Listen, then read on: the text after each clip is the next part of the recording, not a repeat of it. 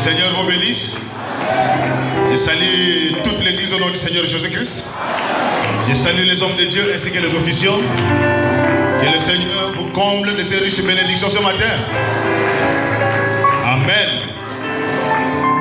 Pendant que nous sommes debout, prenons nos Bibles dans Matthieu chapitre 12, au verset 42.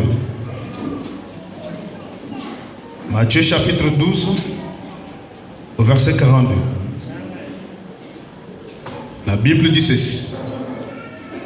La reine du midi se lèvera au jour du jugement avec cette génération et la condamnera, parce qu'elle vint des extrémités de la terre pour entendre la sagesse de Salomon. Et voici, il y a ici plus que Salomon. Vous êtes là? Prions le Seigneur. Dieu Tout-Puissant, notre Père Céleste,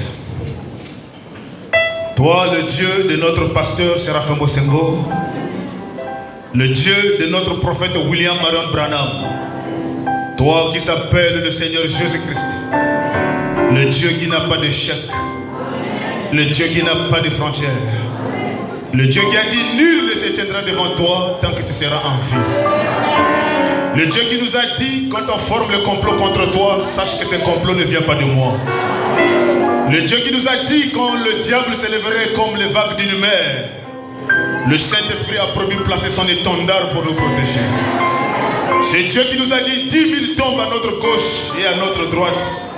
Avec notre yeux, nous regarderons tout simplement. Seigneur, c'est à toi que nous prions ce matin. Toi qui nous as dit, invoquez-moi et je vous répondrai. Nous t'invoquons ce matin. Agis puissamment, Seigneur. Guéris les malades. Résous le problème de ton peuple. Et donne à chacun selon le désir de son cœur. Ceux qui sont venus malades puissent être guéris dans ta divine présence. Ceux qui ont des problèmes dans le foyer, Seigneur Jésus, que la colonne de feu les résout pour la gloire de ton Seigneur. Il y en a ceux qui sont en fiançailles, Père, qui vont bientôt passer à l'étape du mariage. Laisse que la colonne de feu soit leur soutien. Ne laisse aucun témoin de parole de famille ne puisse déranger ceux qui ont le projet de mariage. Seigneur, bénis notre pasteur dans son champ de repos, Seigneur. Souviens-toi de notre prison de diacre dans le champ de voyage. Soutiens-lui là où il se trouve. Et sois notre bénédiction ce matin. Bénis ton épouse qui est venue pour écouter la sagesse de Salomon. Et inspire-nous encore, Seigneur Jésus-Christ. Comme tu as béni la reine du midi, Seigneur, bénis-nous encore ce matin. Au nom du Seigneur Jésus-Christ, nous avons ainsi prié. Amen.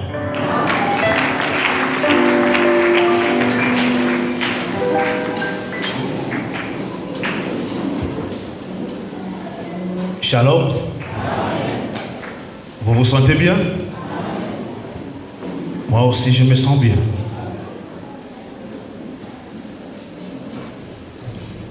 Nous sommes en train de parler toujours sur notre sujet, le lieu d'habitation de Dieu Tout-Puissant. L'homme n'habite pas dans ce qui est fait de main d'homme, Dieu n'habite pas dans ce qui est fait de main d'homme, mais Dieu habite le corps humain. Amen. Et Dieu, dans le corps humain, il n'habite pas n'importe où, il habite dans l'âme. Amen. Je voudrais saluer tous les invités qui sont arrivés pour la toute première fois. Je vous salue au nom du Seigneur Jésus-Christ. Ne soyez pas dérangés, parce que nous ne sommes pas une nouvelle église. Nous sommes cette église qui a commencé depuis la Pentecôte et qui est en train de suivre son voyage sur la terre. Amen. Vous êtes certainement venus, vous avez vu les photos derrière mon dos. Vous allez voir la photo de William Branham qui est là-bas, avec une colonne de feu au-dessus de sa tête.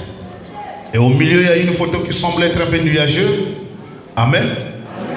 Et à gauche là-bas, il y a Jésus d'Hoffmann.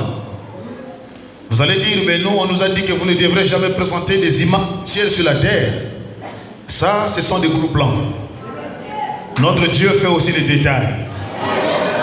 Est-ce que vous êtes là? Notre Dieu ne construit pas seulement des murs droits, il fait aussi des angles. Maintenant, il faut être un élu pour voir à quel moment Dieu a fait des angles. Dieu, quand il appelle à Moïse, il dit Moïse, je te donne les commandements. Aucune représentation des choses célestes sur la terre. Moïse a dit Amen. Amen. Et quand le même Moïse avance, Dieu lui dit Moïse, j'ai envie d'habiter au milieu de vous. Mais fais-moi l'arche d'alliance. Et tu prendras les 10 commandements, tu mettras ça dans le tabernacle. Mais au-dessus du tabernacle, tu fabriqueras 2 chérubins en statue, en or battu. Et des ailes déployées, tu prendras ces 2 statues, tu mettras ça sur le propitiatoire. Voici déjà une représentation des anges sur la terre, sous la forme des statues. Notre Dieu n'est pas de mur droit. Frère Branham dit, cela ne dépend pas des photos que vous mettez dans vos maisons. Mais quel est l'esprit qui est derrière les photos que vous mettez dans votre maison? Frère Branham dit, je peux rentrer dans une maison d'une personne. Peu importe sa déclaration, je suis chrétien, je prie Dieu. Mais dès que je rentre dans sa maison, les photos que je vois apparaître sur les murs peuvent réellement identifier la nature qui est dans la personne. Est-ce que vous êtes là? Dans d'autres maisons, vous allez voir l'arrière-grand-père affiché au mur. Mais nous, on n'affiche pas nos arrière-grands-pères. Parce qu'ils n'étaient pas des croyants. Et ils n'avaient jamais été baptisés au nom du Seigneur Jésus-Christ. Et ils n'avaient pas reconnu le jour et son message. Alors nous, on n'affiche pas les photos des arrière-grands-papas. Est-ce que vous êtes là? Ni moi la photo de ma mère qui m'a mise au monde. Si elle n'avait pas encore rencontré le message, je mettrai ça dans l'album. Amen. J'affiche les photos de gens qui ont marqué l'histoire du christianisme sur la terre. Est-ce que vous êtes là?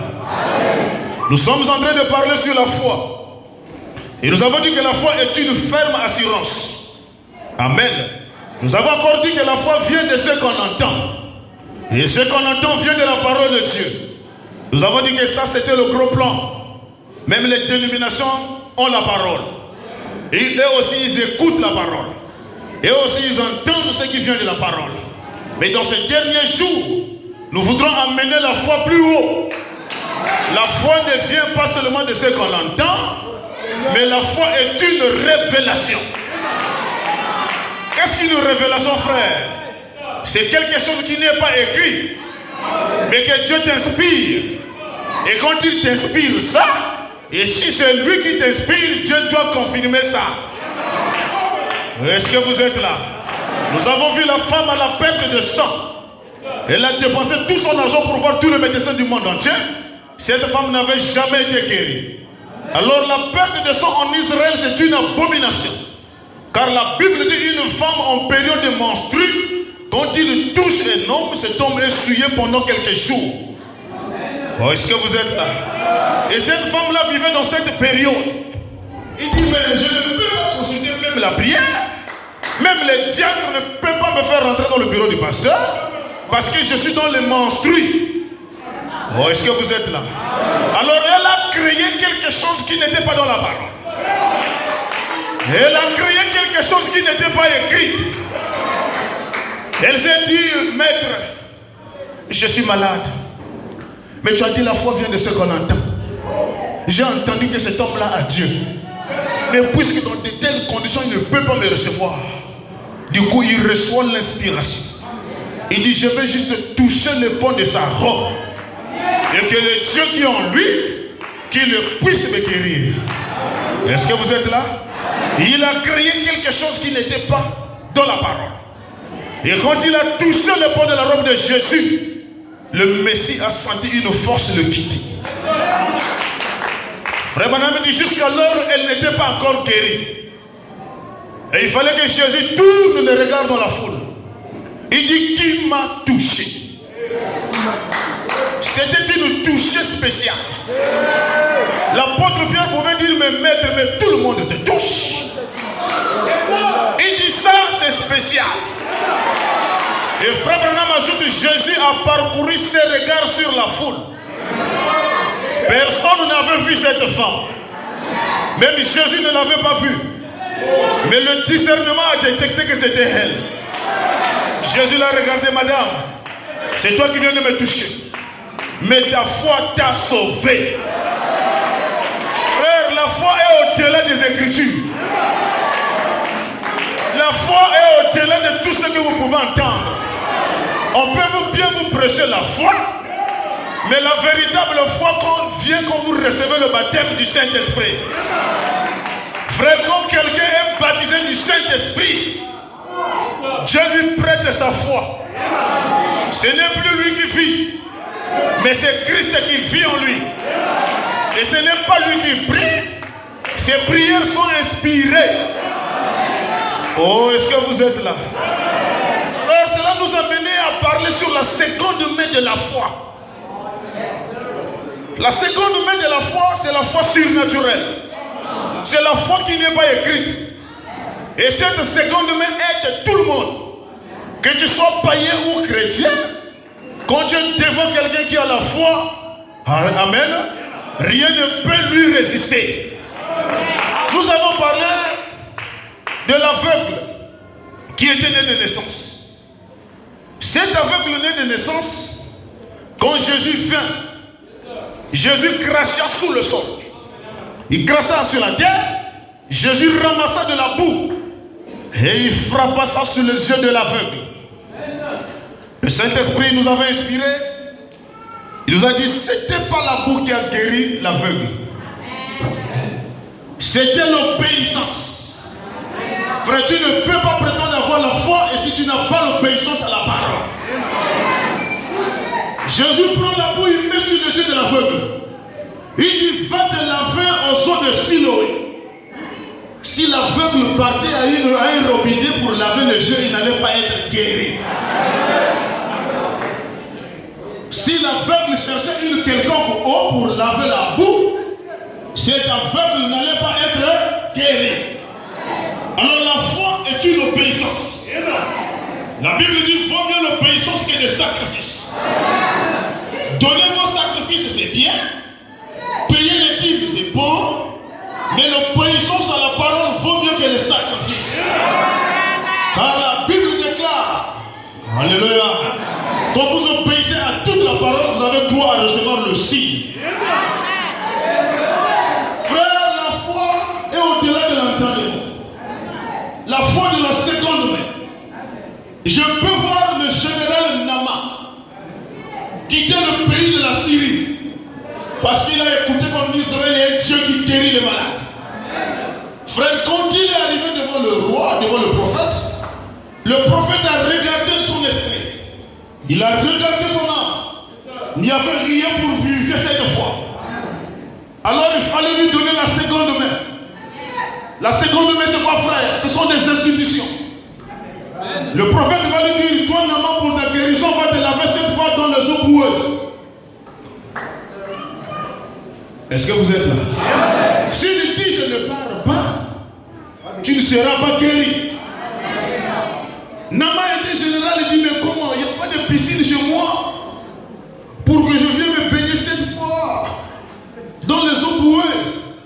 Et il est parti avec la lèpre. Mais la vie était déjà là.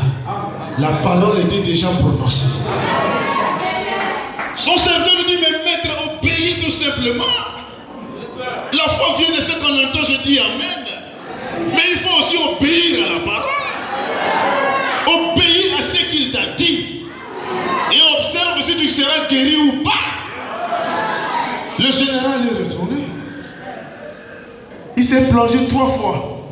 La lèpre est là. Il veut ressortir. Le gars lui dit, on a dit 7 fois. Quand il s'est plongé jusqu'à la 7e fois, la lèpre est partie.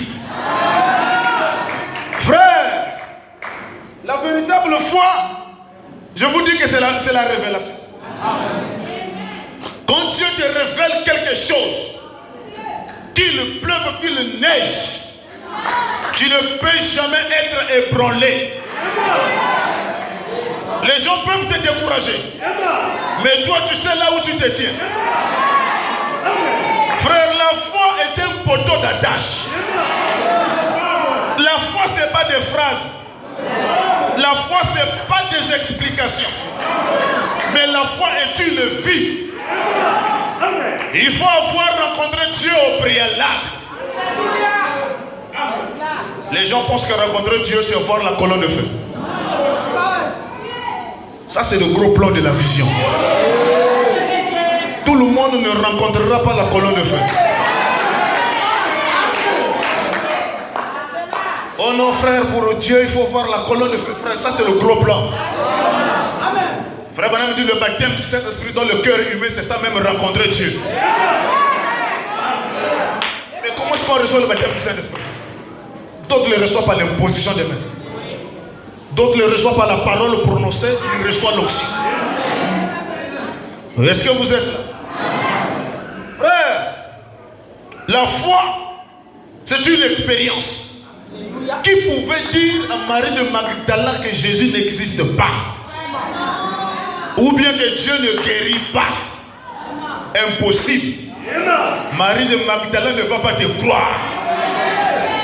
Elle te dira: j'étais sur une prostituée.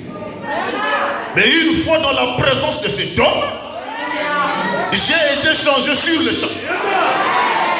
Et je ne suis plus le même. Frère, la femme samaritaine, qui peut la convaincre que Jésus est un blasphémateur? Elle ne va pas te croire. Parce qu'elle menait une certaine genre de vie. Quand elle arrive devant Jésus, Jésus, par le discernement, touche son problème. Il dit: tu as eu 5 maris. Même le 6e que tu as laissé à la maison n'est pas ton mari. La foi qui dormait, la foi s'est réveillée. Frère, cette femme est devenue quelqu'un qui évangélisait partout. Parce qu'elle connaissait par où elle venait de passer. Frère, la foi, c'est un contact personnel avec Dieu. On peut bien vous parler de la foi. Mais si toi tu n'as pas une expérience avec Dieu, cette foi sera mentale. Ça sera une foi intellectuelle.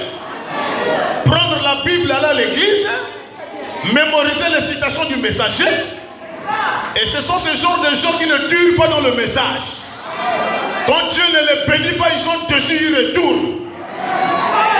Mais ceux qui ont cru par une révélation, que Dieu le bénisse ou pas, frère, il est dans le message. Oh non, moi je ne viendrai plus à l'église. Parce que quand j'ai eu le problème, l'église ne m'a pas soutenu. C'est la foi mentale. J'ai eu le problème, l'église ne m'a pas soutenu. Ça, c'est la foi intellectuelle. Mais la foi mentale dira comme Marie et sa soeur. Ils ont téléphoné Jésus, Lazare est en train de mourir. Jésus s'occupait des affaires du Père. Jésus n'est pas venu pour prier pour Lazare. Jusqu'à ce que Lazare ait été enterré. Le pasteur n'était pas présent. Mais quand Jésus apparaît à la dernière minute, Lazare était déjà dans la tombe. Les brebis n'ont pas condamné le pasteur. Parce qu'on t'a appelé, tu n'es pas venu. Ils ont dit: oh maître, si tu étais là, Lazare n'allait pas mourir. Il dit: ne crois pas-tu que je suis la résurrection et la vie? Frère, pendant que Dieu ne t'assiste pas, Dieu est en train d'assister d'autres personnes. Ne pense pas que dans l'économie de Dieu, tu es seul. Beaucoup ont des requêtes. Mais sur le mois, si Dieu ne t'est pas souvenu de toi, ne te fâche pas. Ne te fâche pas. Ce n'est pas un moyen de quitter l'église. Si vous quittez l'église parce qu'on ne vous a pas soutenu, il y a un motif quelconque derrière. Frère, moi quand j'ai écrit ce message, j'ai perdu mon enfant dans le message. À l'ancienne rue. Toute l'église là, non, c'est pas ce de la chaîne de frère Brice éprouvé a perdu son enfant.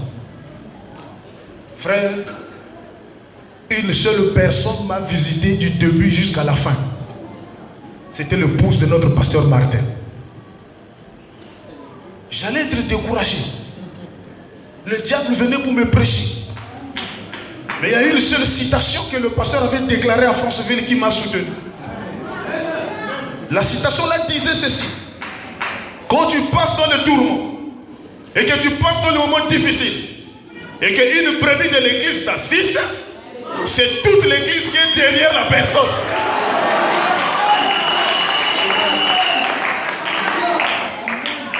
Ne cherchez pas la foule.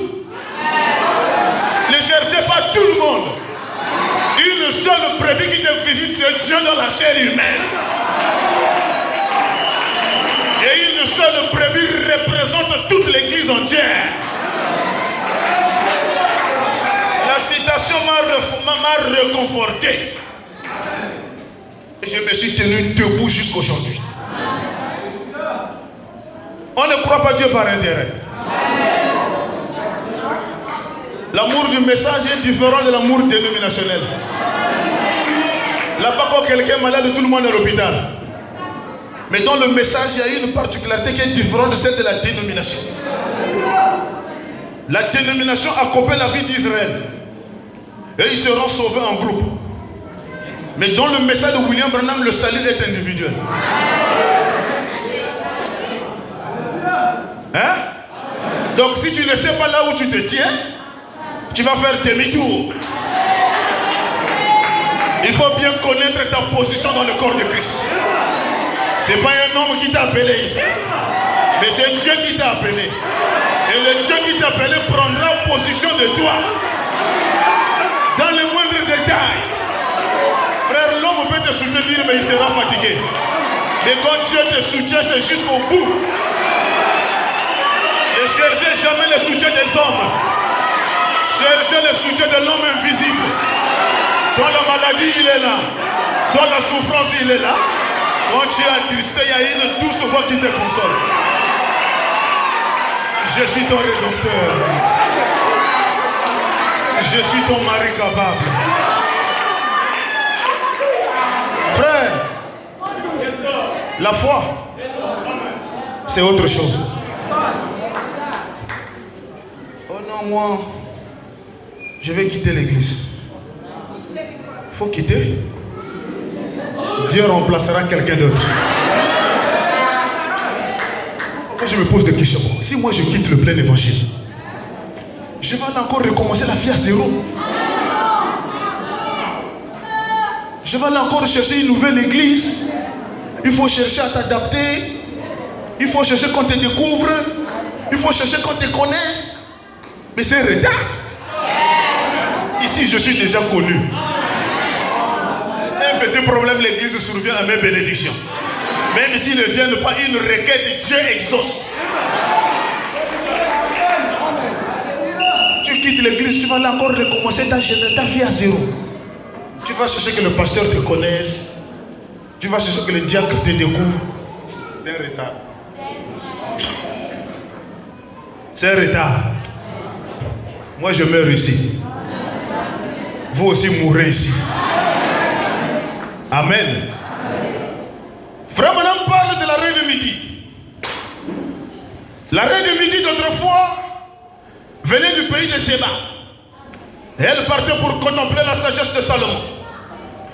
Mais dans Matthieu chapitre 12, on nous dit ici, cette génération sera jugée par cette reine de Midi. Mais la reine d'autrefois est quittée d'une seule extrémité.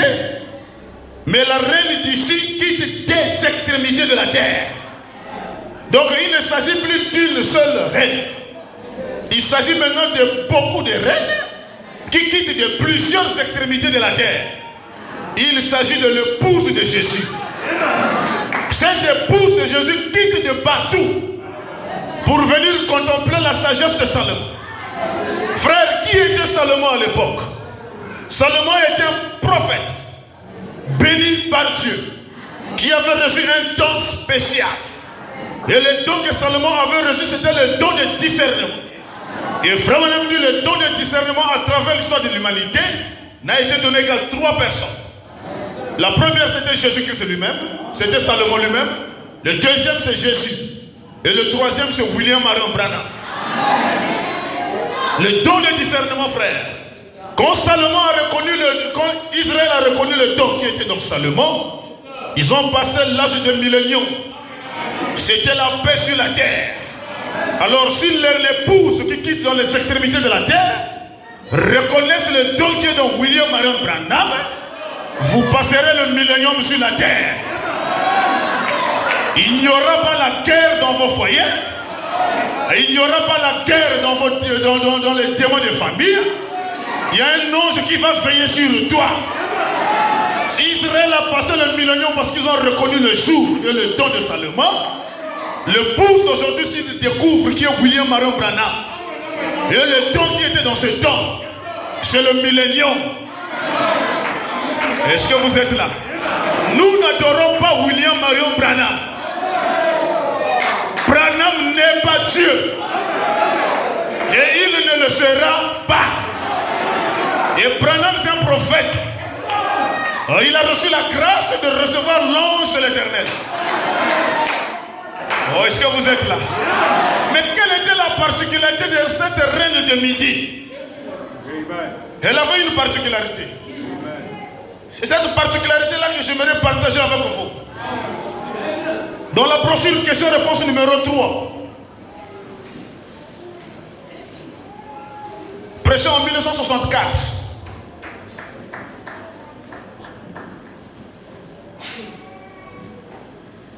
Je ne sais pas si c'est parti en haut là-bas. Question-réponse numéro 3, prêché en 1964, 38e mois 64 matin. Au paragraphe 341. Frère Branham insiste.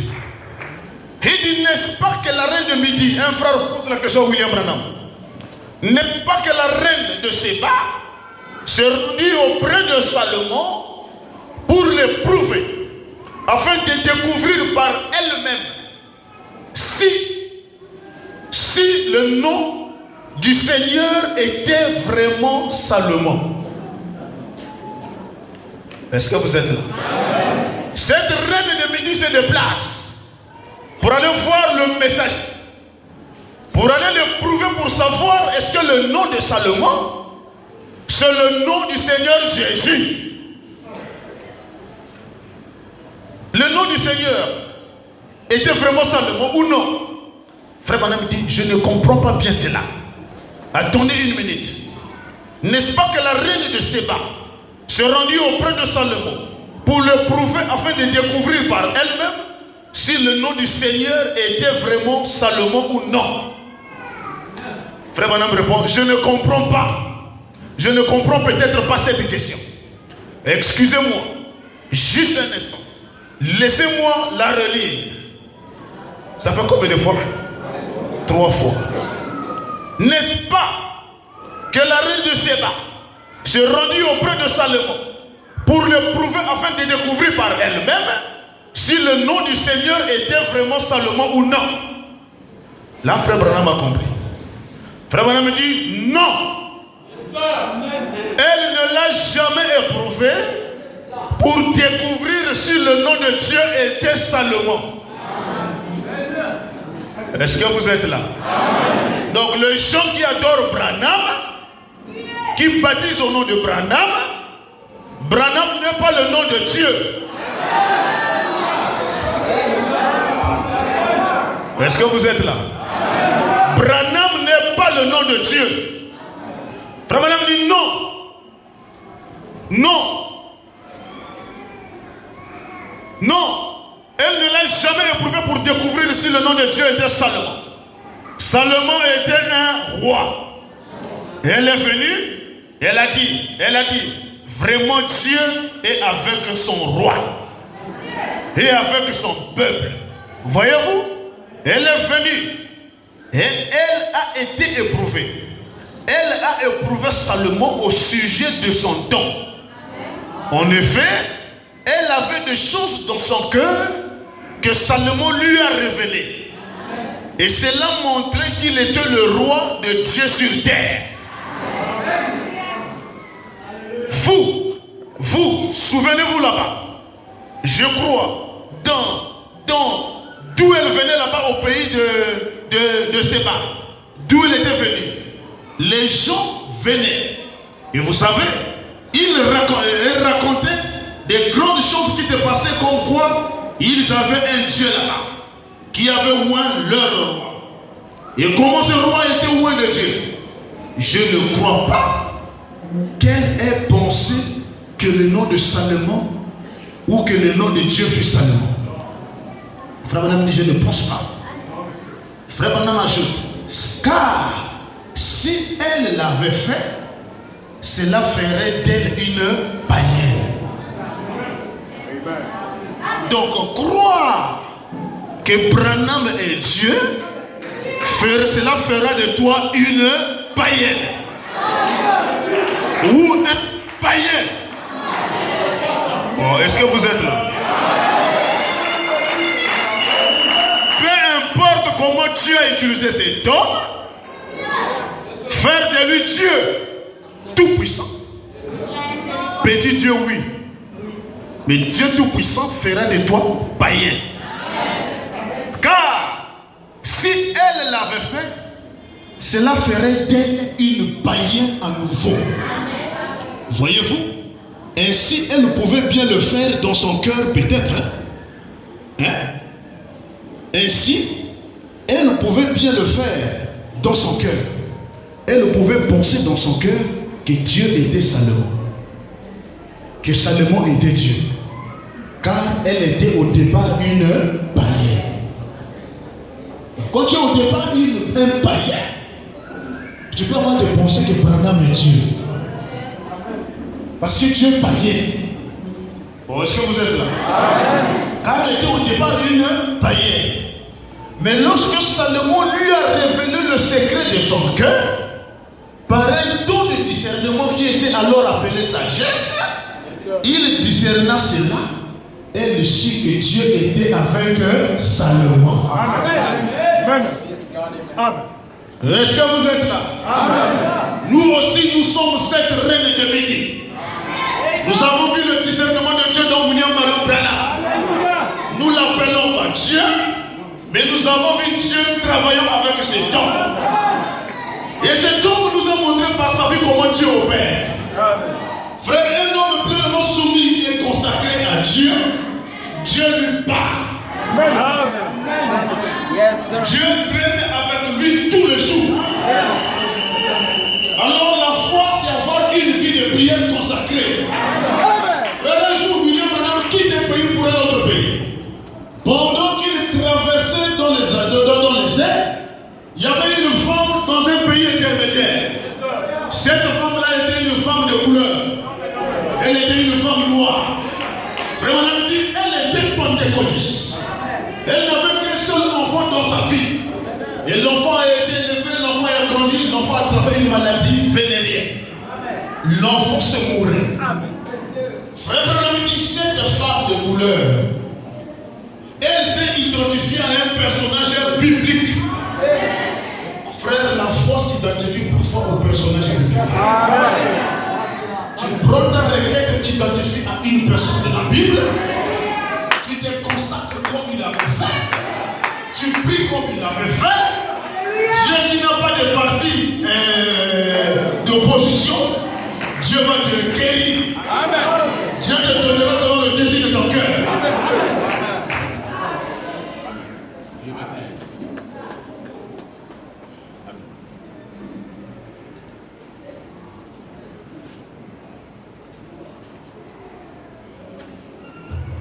Shalom. Alors cette femme s'est mise en prière. Il dit, oh Dieu, souviens-toi de la reine de cette reine de cette femme de Serta, qui n'avait pas d'enfant, et donc il est venu prier pour elle. Seigneur, tu m'as donné un seul enfant. Et l'enfant est en train de partir. Dieu, mais où est Élie? Frère, il était tellement sérieux dans sa prière. Il ne voulait pas perdre son enfant. Il a dit, Père, je veux voir Élie pour ressusciter mon enfant. Amen. Frère, Madame dit, la foi, c'est un théâtre. Et Élie était dans la vie.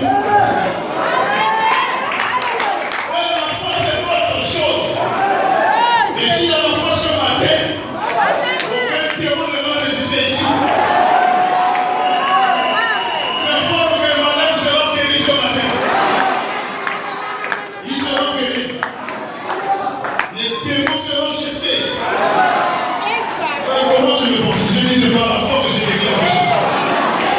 Il disait la femme a prié, où est Élie? La foi a stationné l'avion sur terre pendant 2 heures. La foi des êtres femmes. L'Éternel soulevait la tempête. Les conditions météorologiques allaient au ciel. Élie ne doit pas passer. Quand les pilotes arrivent dans la ville, il faut que le fumée dans le nuage. Le pilote ne comprend rien. Il dit je dois atterrir. Il ne savait pas qu'il y avait une femme qui a prié sur terre. Quand cette femme a prié, elle a dit Père, mon enfant vient de mourir. Mais où est Élie? Frère, preuve que Dieu a exaucé la prière, il va te donner ici.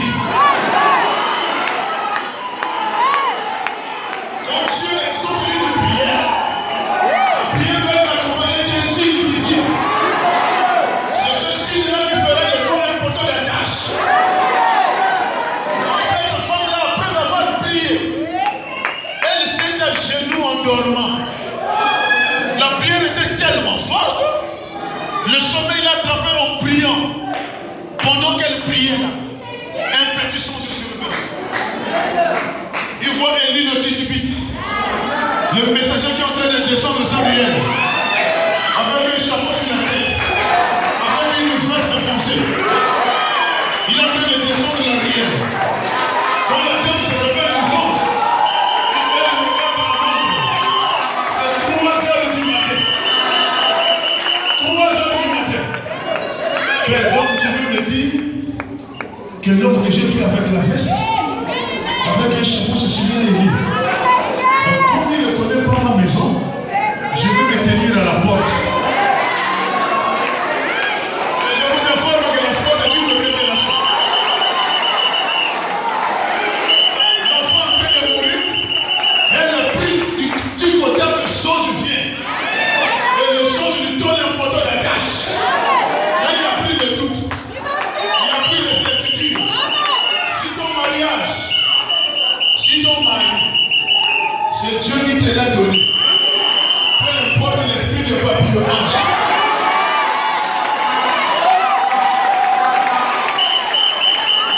Ton mari reviendra. Et juste le démon du mariage est en train de le moindre. Mais si tu as la conviction que cet homme-là est le mien, je te dis ce matin, toi mon père,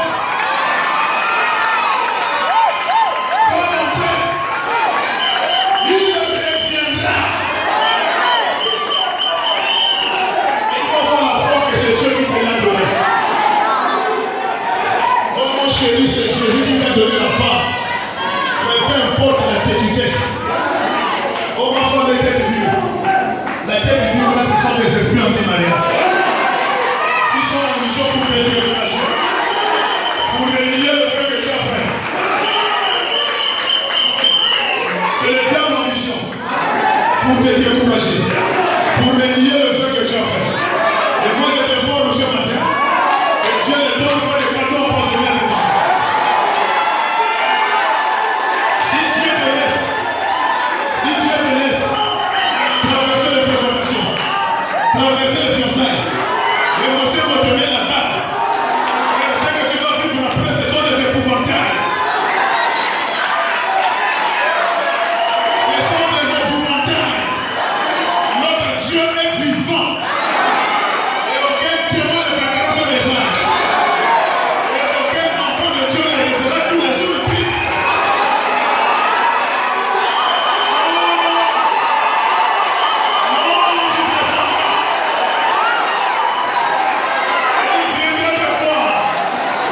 Il dit mon fils, ma fille, pourquoi tout le monde a mis à la chose? Mais c'est à cause de mon mari. Ah bon? Et il a fait quoi? À cause de mon époux, à cause de mon épouse. Dieu te dit bon, lève ta main à la chose. Je vais le ramener. Et il sera ramené. Et il va se repentir. Et il va t'aimer plus qu'auparavant. Frère, Dieu ne fait pas de mire droit, mais il a aussi des angles.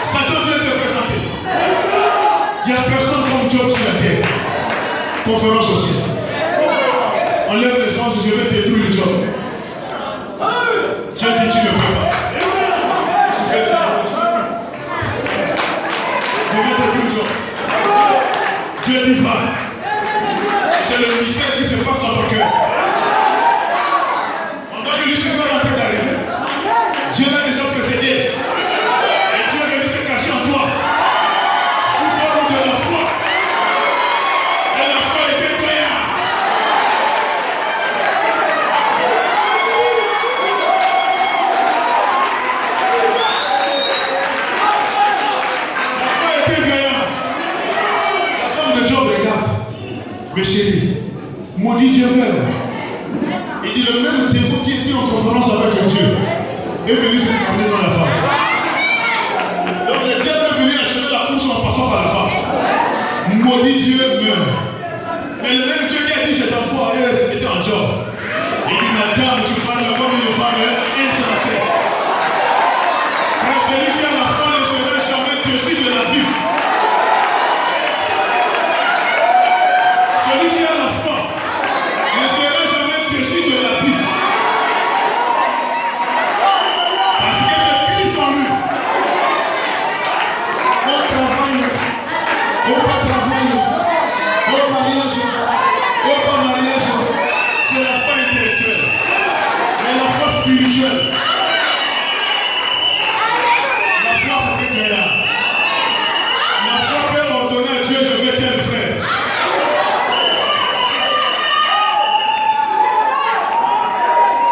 Mais il a dit Dieu, je veux Branham. Dieu a dit Amen. Et mais d'abord pose la question, comment tu vas résoudre ça? Dieu dit Amen, calme-toi, je vais réparer ça. Et moi je ne me marie pas parce que tu n'as pas la foi. Si tu as la foi, tu peux créer le mariage.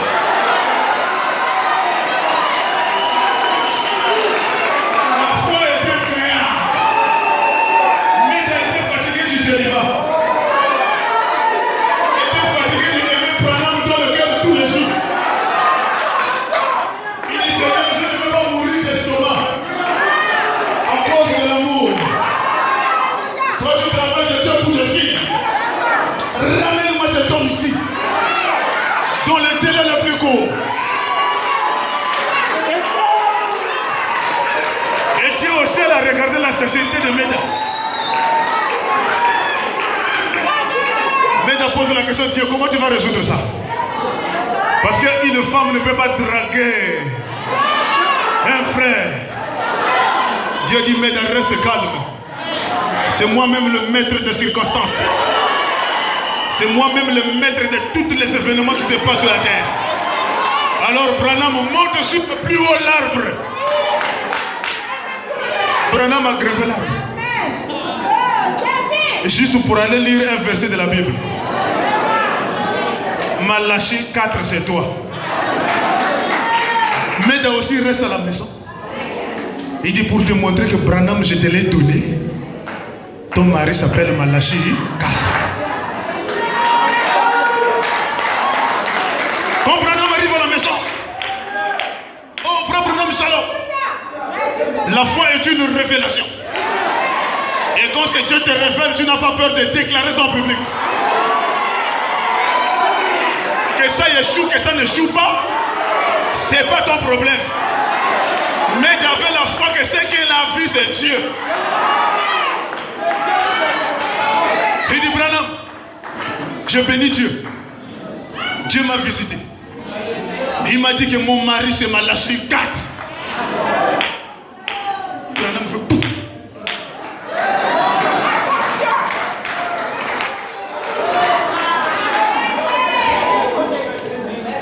Moi aussi j'étais sur un arbre plus élevé. Dieu m'a dit, c'est moi Malachie 4.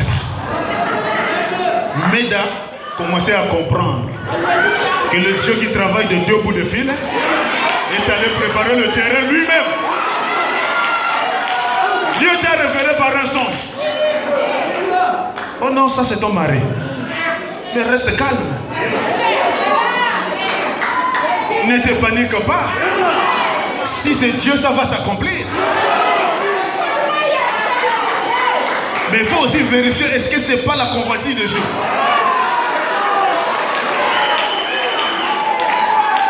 Parce qu'il y a aussi la convoitise de Dieu. Maintenant, pour voir que si ton songe est vrai, ça ne doit pas s'arrêter à toi. Il faut qu'il y ait une deuxième personne. Sœur Intel, je fais un songe à ton sujet. C'est Dieu venant confirmer la parole.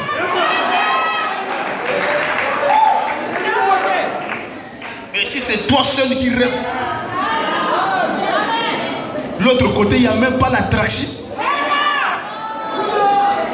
Continuez à prier. La foi est une ferme assurance. La foi est un gaillard. Quand Dieu te révèle quelque chose, tu n'as pas honte de déclarer ça en public. Et c'est Dieu qui m'a dit. C'est Dieu qui m'a dit. Dieu m'a dit. Quand le pasteur nous dit Dieu m'a dit, je t'envoie au loin vers des païens. Frère, ce n'était pas de filles qu'on fit confiance. C'était quelque chose de réel. Voyez vous-même des résultats. C'était concret. Quand cette femme a rêvé un homme en veste, avec un chapeau sur la tête, c'était 3h du matin. Elle est venue au portail. Attendre l'homme qui ne connaît pas. Pendant ce temps, la météo, la température dérangée, l'avion atterrit, tous les passagers au bord, chacun trouve un hôtel pour passer un séjour. On viendra vous appeler à un moment donné quand l'avion sera réparé. Branham trouve une chambre d'hôtel. Pendant qu'il veut rentrer dans la chambre d'hôtel,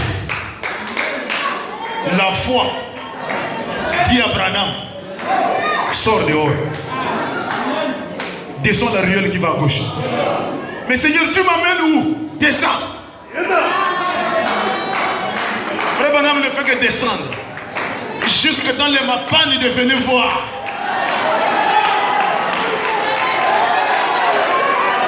Jésus, tu m'amènes où? Prends la gauche. Jésus, tu m'amènes où? Prends la droite. Poussé par le Saint-Esprit. Et il a pris un côté qu'il a mis dans la bouche. Je suis heureux de vivre l'un d'entre eux. Oh, l'un d'entre eux. L'un d'entre eux. Je suis heureux de vivre l'un d'entre eux. Dans le buffet. Dans les mapanes. La femme est là. Quand elle jette le regard un peu plus loin, il voit le même monsieur en veste. Il le voit avec le chapeau. Frère Branham dit, les larmes commençaient à couler de ses yeux. Frère, quand Dieu t'exauce, tu as la joie. Quand Dieu révèle ton identité, tu as la joie.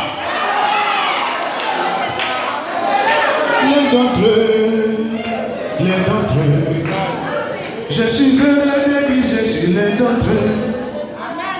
Frère Branham fait semblant de passer. La femme dit, shalom pasteur. Madame, comment as-tu su que je suis pasteur? Voilà ce qu'on appelle la foi. Comment tu as su que je suis pasteur? Il dit, monsieur, connaissez-vous l'histoire de la Sunamite? Oh oui, je suis cette femme. J'ai un enfant. Mais l'enfant a attrapé la maladie gonocoque, comme ça là. L'enfant est en train de mourir. Les médecins ont dit la maladie est au stade d'avancée. Depuis 2 jours, l'enfant se retrouve dans une mer noire mourante. Il ne fait que faire Branham, mon enfant est en train de mourir. Frère Branham me pose la question, connais-tu mon nom? Je dis non, je ne te connais pas. Je m'appelle Branham. Non, je ne vous ai jamais entendu parler de vous. Frère Branham dit, rentrons dans la maison. Quand Frère Branham rentre dans la maison, frère, la femme là ne croyait pas au message. Mais elle était pentecôtiste.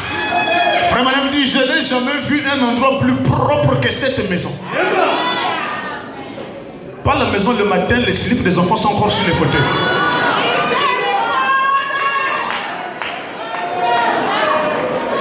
Tu ne sais pas à quel moment les diacres vont arriver ou le pasteur.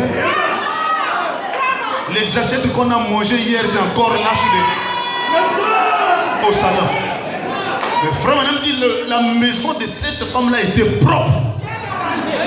Donc la foi aussi n'est pas sale. La foi aussi est propre. La foi aussi s'habille bien. Oh, est-ce que vous êtes là? Pas la chaussure est déjà partie à gauche, le talon on ne voit plus.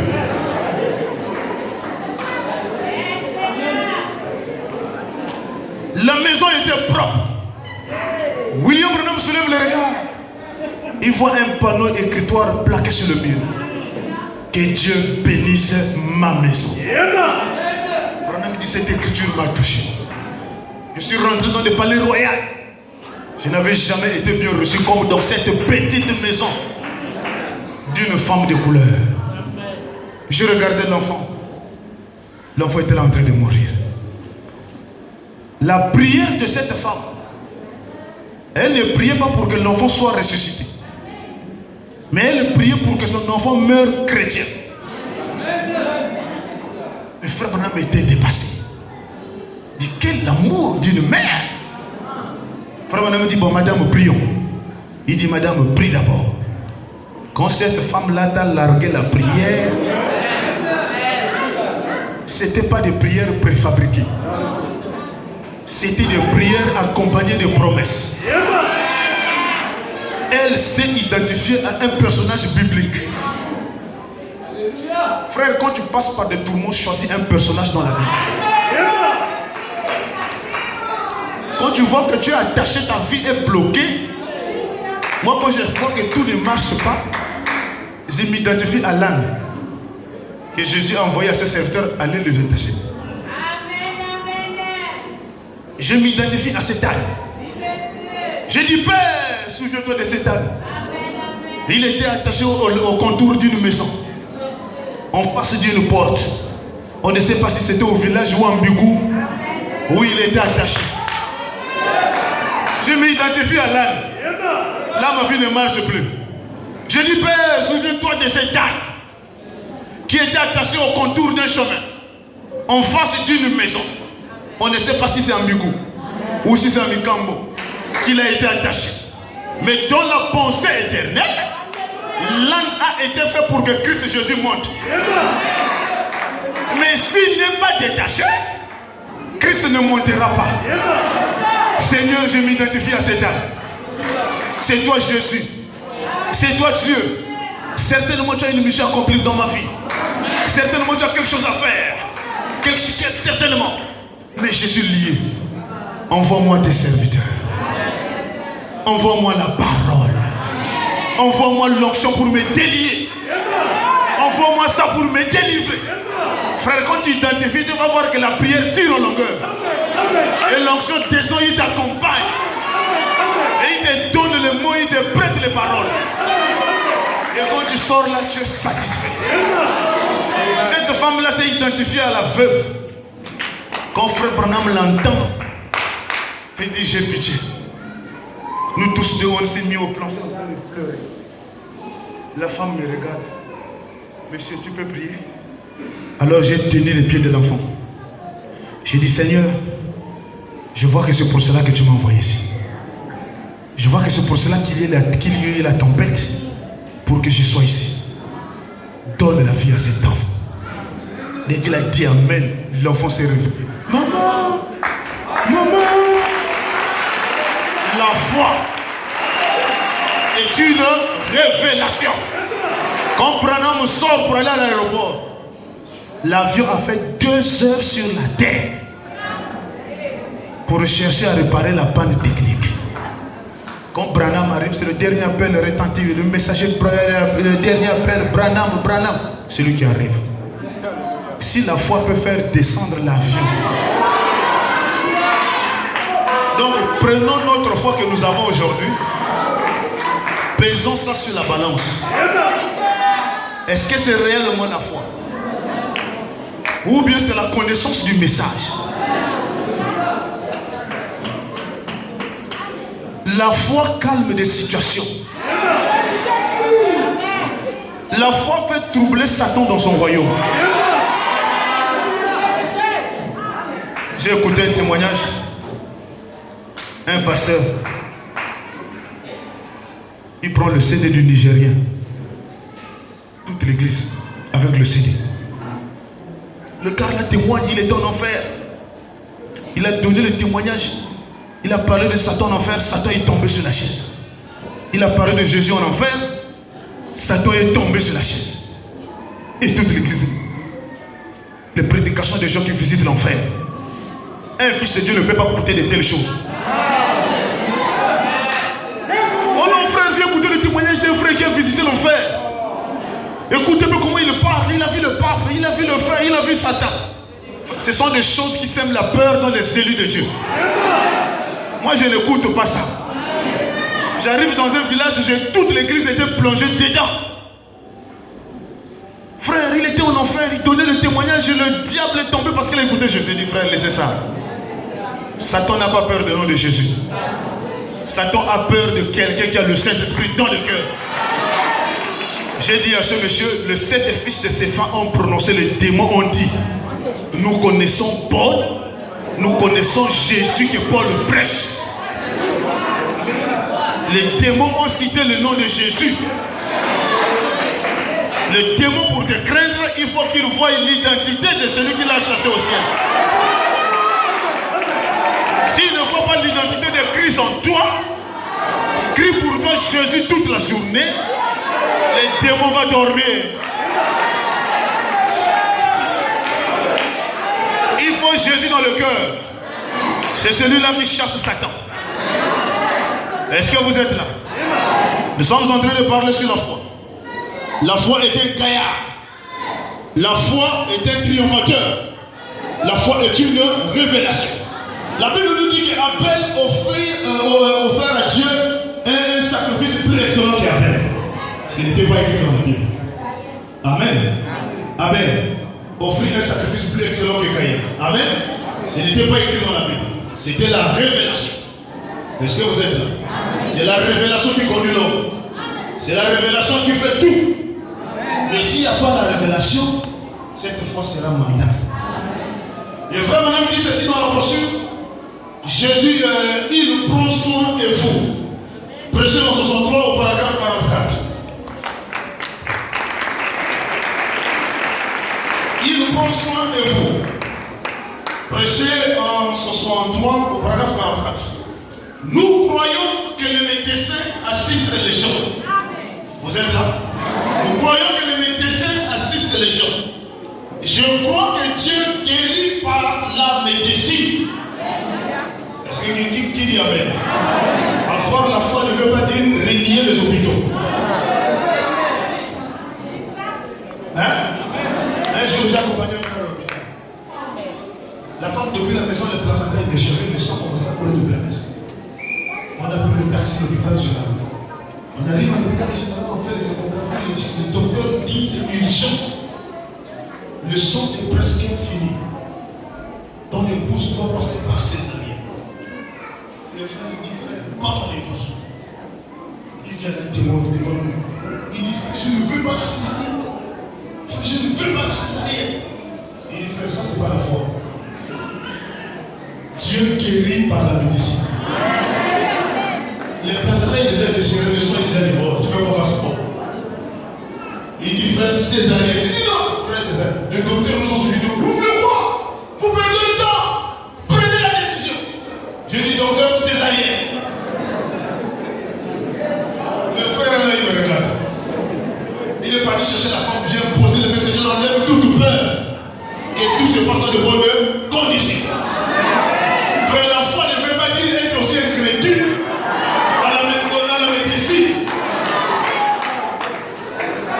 Est-ce que vous êtes là?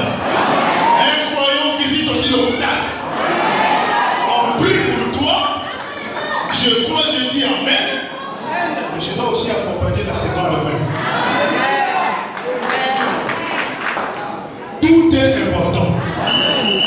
Je crois que Dieu guérit par les médicaments. Dieu guérit par la chirurgie. C'est Dieu. On les kyste ovarien, on a prié, pas question. Dieu ne guérit pas la chirurgie.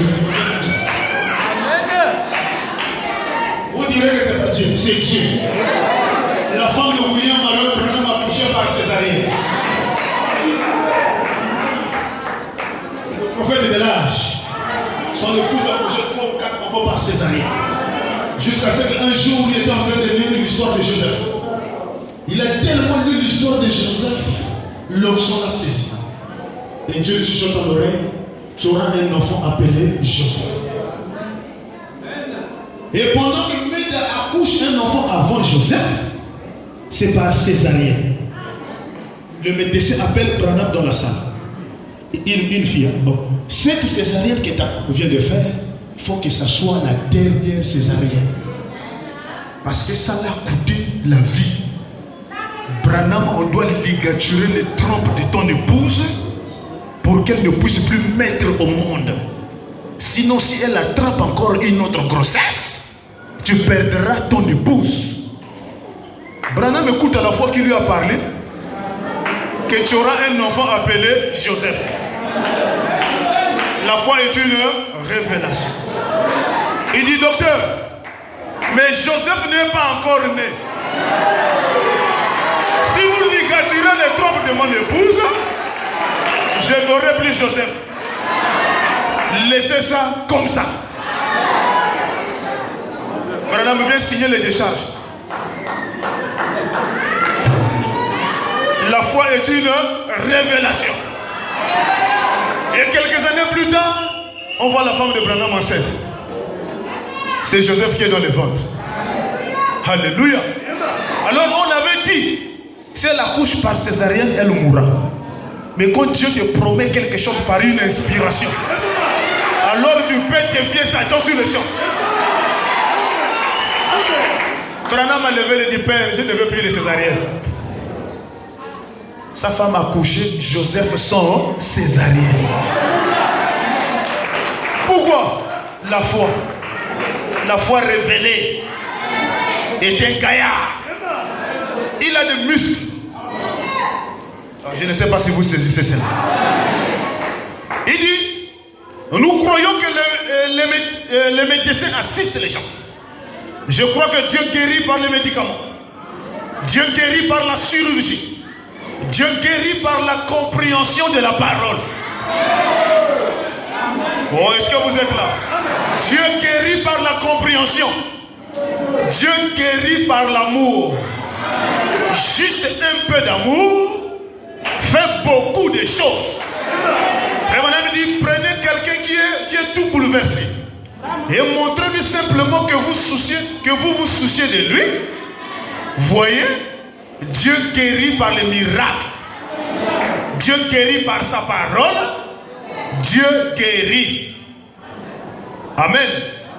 Quelle que soit la source, Dieu guérit par cela. La foi n'est pas limitée.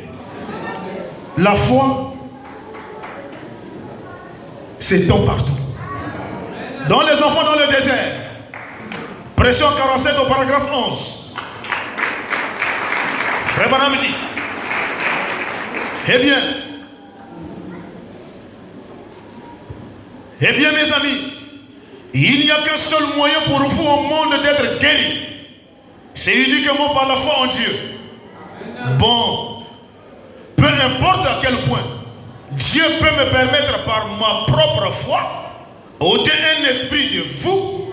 Et si vous ne partez pas avec la foi en Dieu pour servir Dieu et lui faire confiance, cela reviendra directement sur vous. Jésus n'a-t-il pas dit, va et ne pêche plus, de peur qu'il t'arrive quelque chose de pire? Ne venez jamais dans une ligne de prière si vous ne vous attendez pas à servir Dieu le reste de votre vie. C'est vrai, n'importe quand, ne menez jamais une vie de pécheur. Votre situation s'empirera. Elle s'empirera davantage. Dieu a promis que votre situation sera pire qu'au départ. N'osez jamais venir. Et surtout cet après-midi, à vous qui allez venir dans la ligne de prière, la ligne de miracle, n'osez pas venir, à moins de promettre à Dieu de tout votre cœur, et soyez sérieux là-dessus, que vous le servirez le reste de votre jour. Alléluia. Dans les enfants dans le désert au paragraphe 13, Frère Branham dit ceci. Paragraphe 13. Je ne vais pas tout lire.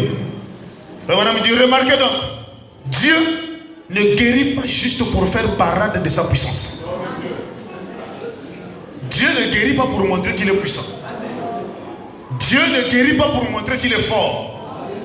Remarquez, Dieu ne guérit pas juste pour faire parade de sa puissance. Il guérit ceux-là, non pas sur base de mérite de votre christianisme. Il ne vous guérit pas parce que vous êtes chrétien. Oh, est-ce que vous êtes là? Mais, quand il vous guérit, il veut que vous deveniez chrétien à partir de ce moment-là. Mais, il ne guérit pas parce que vous ne serez pas rétabli. Je vais aller là, je serai guéri car je suis chrétien. Non. Dieu guérit sur base de votre foi. Votre foi, si vous êtes un pécheur ou que vous ne sachez rien au sujet de Dieu et que vous n'avez jamais été chrétien, si vous lui promettez et que vous deveniez chrétien et que vous vivriez et que vous viendrez avec assez de foi pour que cela s'accomplisse, cela s'accomplira tout de suite. Est-ce que vous êtes là? Frère, la foi est un gaillard. La foi, c'est le costaud. Je voudrais un peu parler de la gloire de Dieu sur le plein évangile. Vous êtes là? Le plein évangile ne doit pas continuer à se sous-estimer. Vous n'êtes pas n'importe qui. Vous n'êtes pas n'importe qui. La gloire de Dieu sur Israël. La gloire de Dieu sur le plein évangile. Plein évangile, je vous dis ce matin, vous n'êtes pas n'importe qui. Vous êtes un peuple d'alliance. Vous êtes un peuple aimé par Dieu. Vous êtes un peuple élu, prédestiné. Pourquoi je dis cela, frère? J'ai reçu ça de Dieu. Je voudrais me comparer Israël à Ephraïm. Et je voudrais comparer plein évangile à Ephraïm. Frère, qui était Ephraïm? Ephraïm était l'enfant de Joseph. Et qui était Joseph? Le fils de Jacob. Vous me suivez? Amen. Suivez un peu ce type-là. Ephraïm, le fils de Joseph. Joseph, le fils de Jacob. Mais Joseph, aimé de son père, haï de ses frères. Quand je veux parler de Joseph, vous dans le cœur, mettez notre pasteur Séraphin Mosengo. Et quand je veux parler de Jacob, mettez le pasteur Barouti Kasson. Est-ce que vous êtes là? Quand je parle de Jacob, mettez Beka Barouti Kasson. Quand je parle de Joseph, mettez Séraphin Mosengo.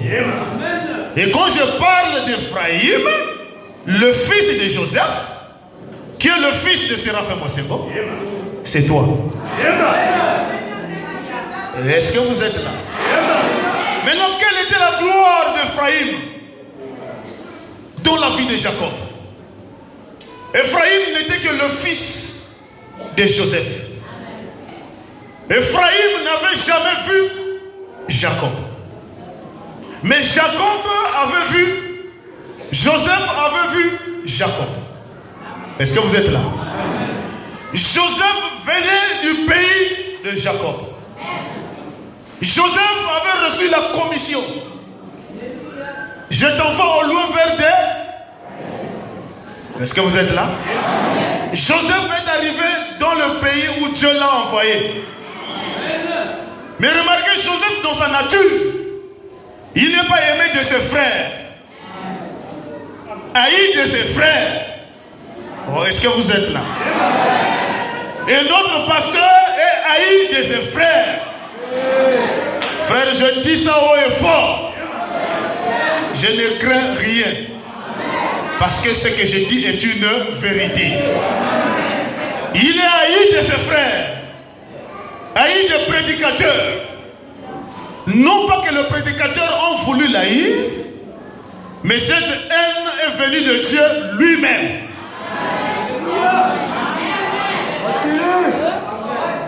Les prédicateurs n'ont rien à voir dans cette haine. Les frères de Joseph n'avaient rien à voir avec la haine de Joseph. Mais c'était un plan, un mystère qui était caché dans la haine des frères de Joseph vers Joseph. Et c'est ce qui se manifeste aujourd'hui. Frère, quand notre berger est arrivé pour la première fois ici au Gabon, il a fait un tour au PK12, il est venu voir son frère. Il a rencontré une femme, une jeune fille, qui avait un don de vision, qui avait un don de prophétie. Il croise le pasteur au PK12, il dit, toi monsieur, écoute-moi. Ainsi dit le Seigneur. Tu ne vas pas te collaborer avec les pasteurs de la ville. La sœur là n'était pas tombée sous onction. Mais elle a eu la vision. Elle a donné le message. Le berger a entendu. C'est là où commence cette haine. Ne te mêle pas à eux. C'est Dieu qui a dit. Et c'est ainsi dit le Seigneur. Chaque fois que nous avons voulu nous mêler par nos propres sentiments amicaux, on a toujours eu des échecs. Combien de fois il a voulu rassembler les prédicateurs? Ça a toujours eu des échecs. Vous me suivez? C'est Dieu qui est dans l'affaire. Pourquoi? Ephraïm doit être béni. Mais qui doit bénir Ephraïm? Joseph avait déjà béni Ephraïm.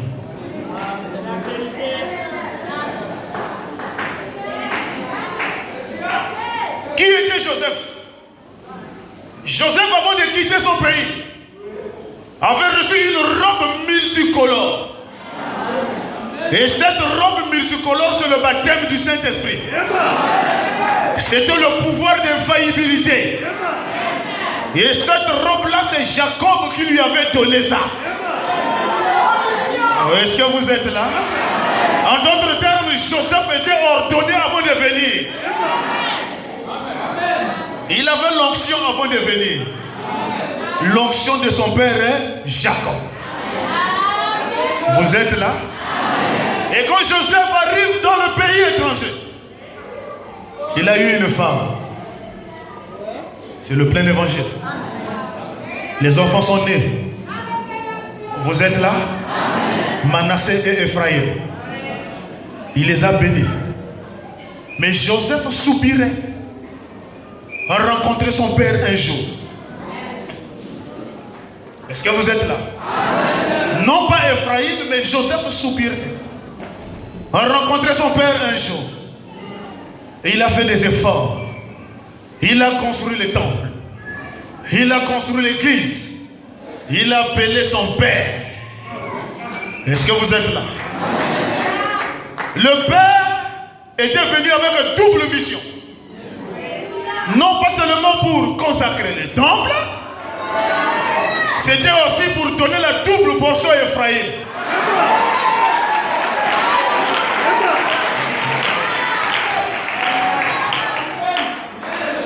C'était aussi pour donner la double portion à Ephraïm. Ne pensez pas, ne croyez pas que Ephraïm n'était pas béni avant l'arrivée de Jacob. Et ne pensez pas, et ne croyez pas que c'est Jacob qui t'a béni.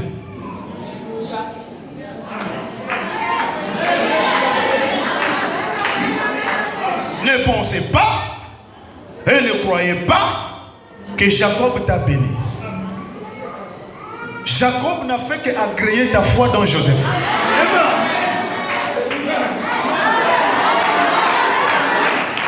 Si tu n'as jamais aimé Joseph, peu importe les bénédictions de Jacob sur toi, Je t'informe que tu n'as rien reçu.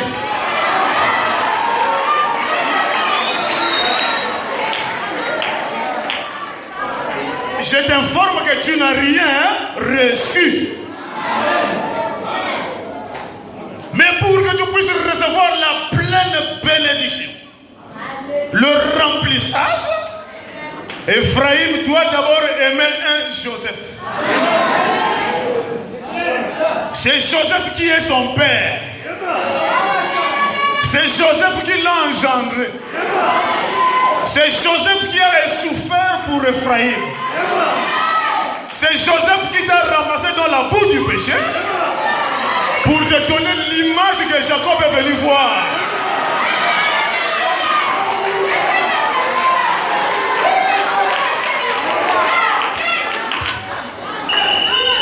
Si Joseph n'était pas là, Jacob n'allait pas bénir Ephraïm.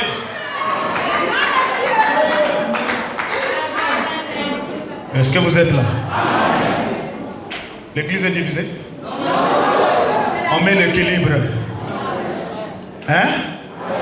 Ephraïm, il fallait Joseph. Mépriser Joseph et croire recevoir la bénédiction de Jacob, tu n'as rien reçu.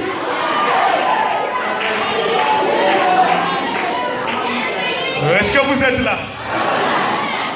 Mais comment est-ce qu'Ephraïm a été béni de Jacob? Comment? Vous êtes là? Envoyez-moi deux personnes ici à la chaise, s'il vous plaît. Frère, viens. Frère Tanguy, viens. Frère Esaïe, viens, s'il te plaît.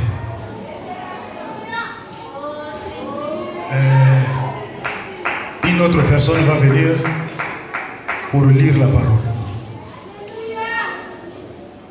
Vous êtes là? Ok. Il va lire. Frère, viens. Merci. Nous sommes au Genèse 48, verset 5. Vous êtes là? Genèse 48, verset 5. Maintenant, excusez-moi. Jacob sous onction. Il n'a pas encore vu les enfants de Joseph. Il dit maintenant, les deux fils qui te sont nés dans le pays d'Égypte, avant mon arrivée vers toi en Égypte, seront à moi. En d'autres termes, on nous insère dans la lignée de Branham, la lignée de Coleman, la lignée de Barouti, la lignée de Mosé.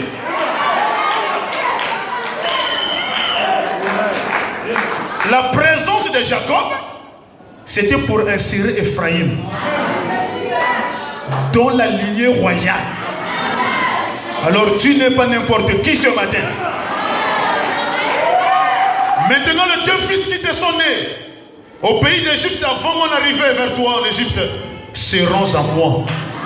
Ephraïm et Manassé seront à moi, comme Ruben et Siméon. Mais les enfants que tu as engendrés après eux seront à toi, seront appelés du nom de leurs frères dans leur héritage. À mon retour de Pada, bon, je saute un peu, je prends le verset 8. Israël, quand il a prophétisé, ces deux enfants seraient à moi, il n'avait pas encore vu Manassé et Ephraïm de ses yeux. Et au verset 8, Israël regarda les fils de Joseph et dit, qui sont ceux-ci? Qui sont ce peuple? Ce sont les enfants que Dieu m'a donnés dans ce pays. Je vous bénis. N'est-ce pas que Jacob nous a bénis ici? Joseph répondit à son père, ce sont mes fils que Dieu m'a donnés ici. Israël dit, fais-les, je t'ai pris, approcher de moi pour que je les bénisse. Frère, c'est là où le mystère commence. Joseph nous amène devant Jacob. Mais celui qui croit n'a été béni que par Jacob, il a raté le but.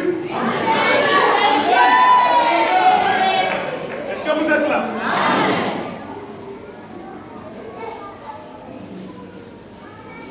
Ça c'est Joseph qui arrive. Ça c'est Joseph qui arrive.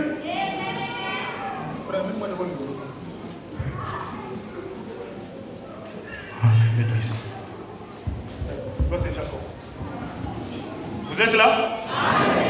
Voilà Joseph qui arrive. Joseph arrive. Joseph est content de recevoir son père dans son pays. N'est-ce pas que notre pasteur était content? Et voici le pasteur Beka Barouti. Et voici Manassé et Ephraïm. Joseph est content de présenter ses enfants à son père. Mais regardez un peu le mystère qui s'est passé. Jacob est là. Vous êtes là? Frère, montre un peu ta main droite. Voici la main droite de Jacob. Ta main gauche. Voici la main gauche de Jacob. Mais qu'est-ce que Joseph a fait? Joseph avait ses calculs et ses mathématiques. Joseph croyait qu'il avait l'onction inférieure à son père. Mais Joseph avait oublié que le père lui avait déjà donné la robe multicolore.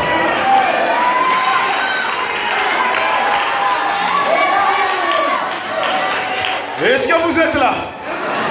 Alors Joseph prend le fils cadet. Le fils cadet, Ephraïm, le met à sa main droite. Hein? Ta main droite est au frère. Est-ce que vous voyez? Et il prend le fils aîné. Vous voyez? Il prend le grand frère. Il le met à la gauche. Parce que le grand frère est en face de la main droite de... Est-ce que vous suivez? Je suis Joseph. Je fais des calculs. Mon père a l'onction. Je dois placer le grand frère pour recevoir l'onction qui est dans la main droite. Je dois placer le petit frère à ma droite pour placer le petit frère à la gauche du pasteur. Mais il est en train d'oublier que lui-même aussi à la main droite, il a la main gauche.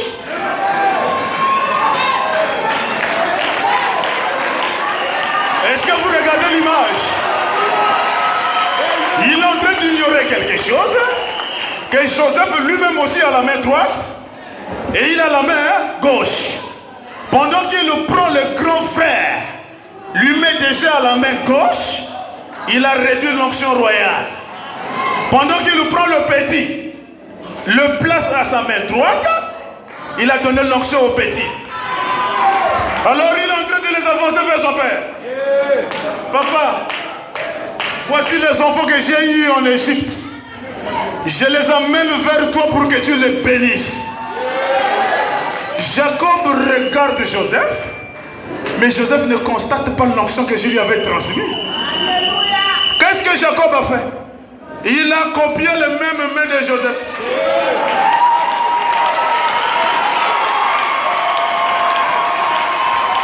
Qu'est-ce que Jacob a fait? Il a copié uniquement les mêmes mains de Joseph. La main croisée. L'autorité du Père était déjà sur le Fils. Mais le Père est venu confirmer son Fils. Ne te sous-estime pas. Le Dieu qui est en moi, c'est le Dieu qui est en toi. Et pendant que je vous parle ici, le Dieu de Péka est ici. Le Dieu de Mossego est ici. Ephraïm a reçu au double de cette bénédiction. Et qui est Ephraïm? C'est le plus jeune. C'est la plus petite église qui vient de naître. Sous-estimée par d'autres églises. Mais Jacob ne les a pas bénis. Frères, même s'ils sont venus à la convention, ils n'étaient pas venus pour recevoir la bénédiction. Ils étaient venus contempler les miracles qui devraient se faire. Alléluia. Mais Dieu a changé la symphonie. Il a pris l'onction, il a laissé à son serviteur Mose. Alors celui qui veut recevoir la double portion doit maintenant regarder à Joseph.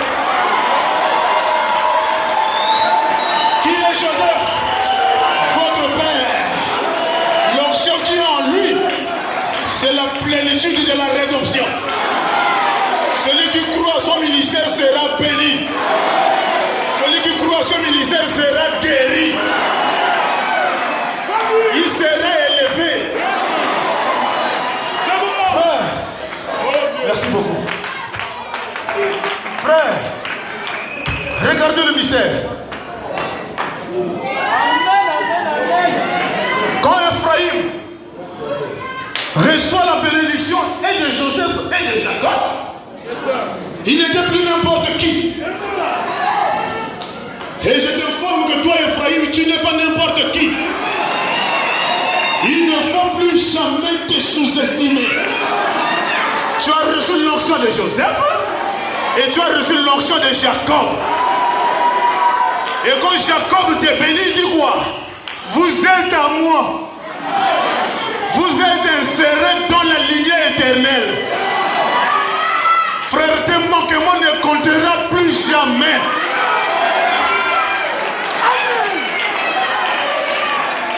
Frère, dès lors que Ephraïm a reçu l'onction de Jacob et que la bénédiction qui devrait tomber au grand est allée vers le petit, Ephraïm vivait maintenant n'importe comment. Quand ils arrivent à la terre promise, Ephraïm arrive dans la terre promise. Amen. Quand ils arrivent dans la terre promise, Ephraïm va aller adorer des idoles. Quand Ephraïm adore les idoles, il y avait une loi qui était dite au ciel. Celui qui adore les idoles, son nom est exterminé dans le livre de vie de l'agneau. Ça, c'était le gros plan. La Bible déclare, frère Branham dit, un élu ne peut jamais blasphémer contre le Saint-Esprit. Est-ce que vous êtes là? Ephraïm arrive, il adore les idoles. Son nom est ôté dans le livre. Mais quand les dénominations lisent ça, ils sont un peu embrouillés. Mais quand la vision du message arrive, le nom d'Ephraïm n'a pas été enlevé dans le ciel, mais le nom d'Ephraïm a été enlevé sous le ciel, en dessous des cieux, pas dans le ciel. Les exposés des âges, ou la révélation de Jésus-Christ, page 39.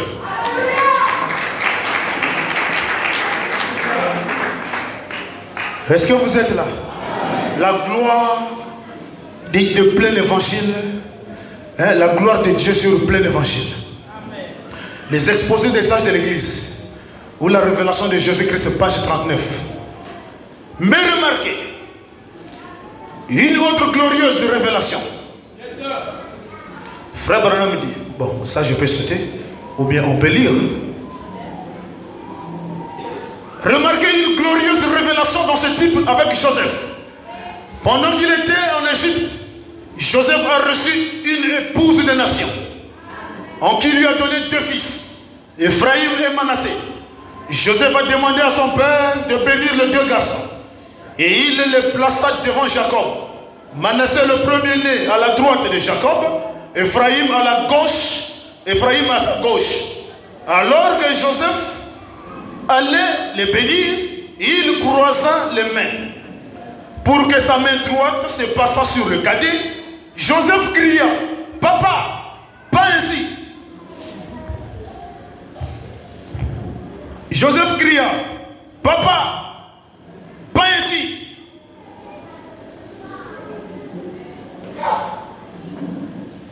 Alors que Jacob allait les bénir, il croisa les mains pour que sa main droite se posât sur le cadet. Joseph cria, « Papa, pas ainsi !» Le père, celui-ci est le premier-né sur ta gauche, sur ta droite. Mais Jacob dit, « Dieu a croisé mes mains. » Ici, nous voyons en type la bénédiction qui revenait au premier-né, les Juifs, transmis aux plus jeunes, les gens des nations.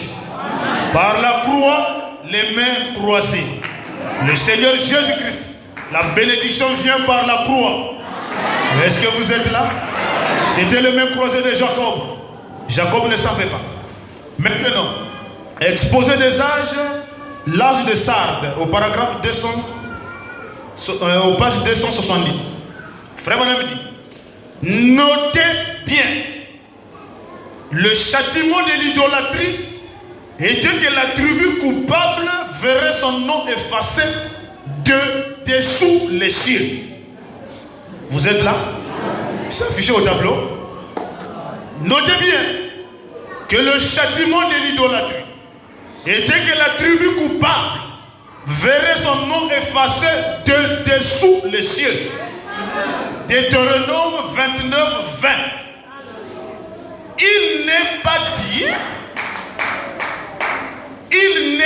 dit qu'il serait effacé dans les cieux, mais de dessous les cieux.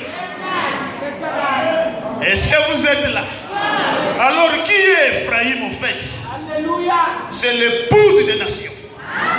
Frère, quand tu reçois la bénédiction, tu dois marcher tête haute. Il n'y a plus un démon en enfer qui peut te faire supprimer le ciel. Même pas tes manquements ne t'amènera pas en enfer. Oh, qui peut croire ça? Qui peut croire ça? Frère Branham dit, il sera effacé dans les cieux.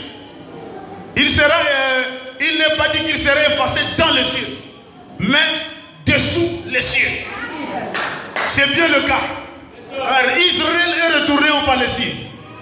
Et le Seigneur va bientôt marquer de son sceau les 144 000 entre eux. Mais Dan et Ephraïm ne seront pas de ce nombre. Pourquoi ils ne seront pas de ce nombre? Ils ont été insérés dans une autre lignée. Est-ce que vous êtes là? Ils ne seront plus dans ce nombre. Ils ont été récupérés par Jacob. Jacob dit Ephraïm et Manassé sont les miens. Et il a changé les bénédictions. Les bénédictions de malédiction est partie en enfer. La bénédiction de Dieu est tombée sur toi. Mais quand Osée regarde Ephraïm, Osée 4, verset 17, la Bible dit, Ephraïm est attaché aux idoles. Laissez-le. Ephraïm, attaché aux idoles, laissez-le. Laissez les gens vous traiter comme ils pensent. Mais vous êtes un peuple d'alliance. Frère, qui est Ephraïm? Ephraïm veut dire quoi, frère? Ephraïm veut dire Dieu m'a rendu justice et il a entendu ma voix. Frère, si Dieu te rend justice et qu'il entend ta voix, tes erreurs sont supprimées. Tes fardeaux sont ôtés. Et qui veut dire... Non, ça c'est la signification des Dan. Voilà. Ephraïm veut dire Dieu m'a rendu fécond. Dieu m'a rendu fécond. Et Dan veut dire Dieu m'a rendu justice, il a entendu ma voix. Frère, la gloire d'Ephraïm. Je vous informe ce matin, vous n'êtes pas n'importe qui. Vous êtes un peuple d'alliance. Mais ne pensez pas que Joseph n'a rien fait. Joseph a fait quelque chose de grand. Ce que vous êtes devenu, c'est l'effort de Joseph. Ce que tu es, c'est Joseph. Mais si tu commences à renier Joseph pour voir Jacob, tu es un Manassé. La Manassé ne recevra pas la bénédiction. Mais Ephraïm, il est attaché à Joseph et il connaît la différence entre Joseph et Jacob. Et il connaît faire la distinction entre Joseph et Jacob. Amen, amen. L'onction qui est sur toi c'est la double portion que tu as reçue. Alors si Dieu t'a béni, que tu vis dans le péché ou pas, tu es un peuple d'alliance. Tu es un peuple d'alliance. Et aucun témoin de l'enfer ne peut te dominer. Ça, moi, je crois ça. Et je vis comme Ephraïm. J'ai été inséré dans la lignée royale.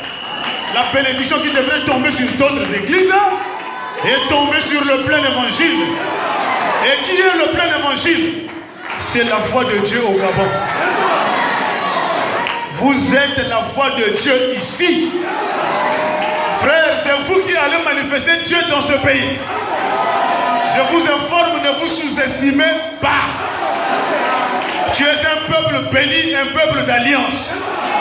Alors si cette révélation d'Ephraïm est en toi, et que tu crois que tu as été béni par Joseph et Jacob, aucun témoin de l'enfer ne peut te résister ce matin. Je t'informe que tu sortiras ici étant guéri. Et ta foi sera élevée. Et tu seras un homme triomphant.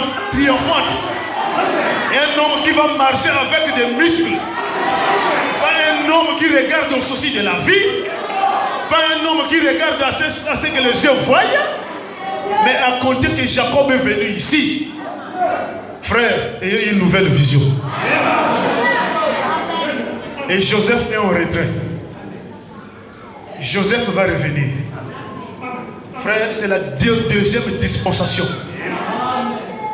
C'est le temps où le pouce doit être uni. Frère, c'est le temps où on doit ignorer nos indifférences. Nous sommes en train de rentrer dans une phase jamais connue. Frère, dans cette phase, il faut être tel que tu es. Ne regarde pas à celui qui te dérange tous les jours. Celui qui te tourmente est en mission pour distraire ta vocation. Frère, comment pouvez-vous comprendre dans l'église du Dieu vivant, pendant que nous sommes en train d'adorer, les gens sont en train de voler les téléphones des gens dans le sac? Ça, c'est quelque chose d'imaginable.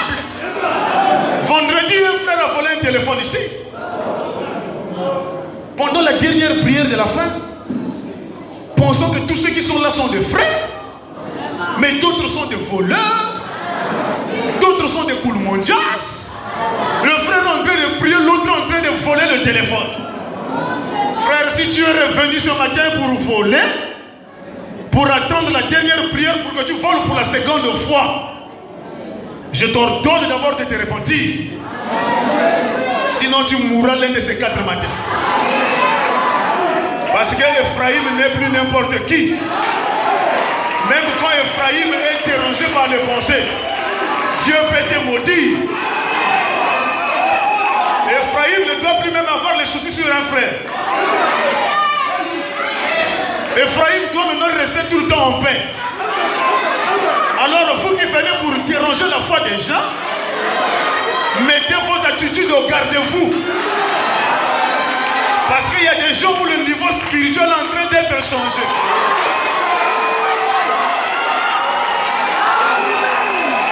Il y a des gens qui sont en train de quitter les phases primaires pour rentrer dans l'adoption. Alors évitez d'attrister les gens. La tristesse d'Ephraïm, même s'il ne prie pas contre toi, frère, Dieu peut te bloquer le ciel. Soyez révérencieux. Et Dieu n'est pas dans des corps musclés. Même dans des petits corps, Dieu est là. Respectez tout le monde. Tu ne connais pas celui qui a voilé Dieu. Tu ne connais pas celui qui a avalé Dieu. Frère, d'autres ont déjà d'autres vivent dans les malédictions. Mais ils sont membres dans l'église. Ils vivent dans les malédictions depuis longtemps. Depuis qu'il avait attristé un véritable fils de Dieu et qu'il n'avait pas réparé et qu'il avait embrouillé par un shalom, lui pensant que l'harmonie était rentrée. L'harmonie ne rentre pas par un shalom. L'harmonie rentre par une réparation sincère. façon sincère, la malédiction de l'attristement de ses frères est sur toi.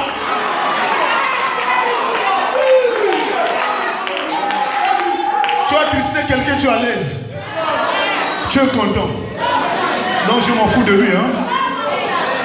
Frère Madame dit, va vers ton frère. S'il a chopé, il devrait venir vers moi. Mais toi, avec ton Saint-Esprit, si le pasteur, l'homme le plus spirituel de notre église, il monte du haut de la chaîne, il avait raison quand on nous a insultés sur internet. Il avait raison. Moi j'ai écouté la prédication là, c'était fort. On nous avait traité des idiots. Le vieux pasteur était fâché. Alors avec les sentiments humains, il a frappé. Il a cogné dur. Mais comme le Saint-Esprit en lui l'a suivi à la maison. Bien que tu as raison, mais tu as parlé durement à ton frère. Il n'a pas attendu que l'autre la vienne. Lui qui a parlé dur, avec le Saint-Esprit dans le cœur, Dieu lui a dit, tu as traité dur ton frère. Je compte sur toi pour me régler cette affaire. Il est venu. Je demande pardon. Cessez le feu. Mais toi, avec ta bouche arrogante, tu insultes les gens. Tu parles méchamment aux gens. Avec des réponses vulgaires. Et tu es sous onction tout le temps. Je ne crois pas à ça.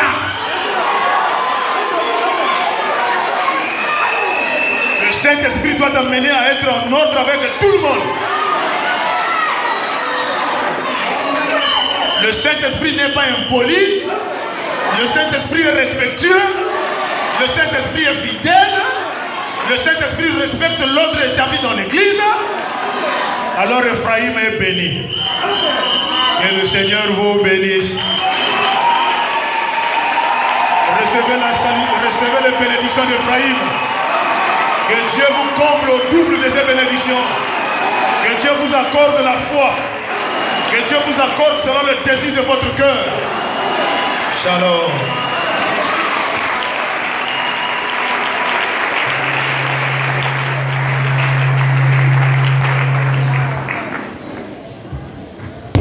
Que le Seigneur vous bénisse. Maintenant, nous allons prier le Seigneur. Bilaka na yo nyonso ekomonisa. O bilaka ekomonisa. Ekomonisa. O guye kotina likoma. Ekomonisa. O guye kotina likoma. Yabela li papelo mega.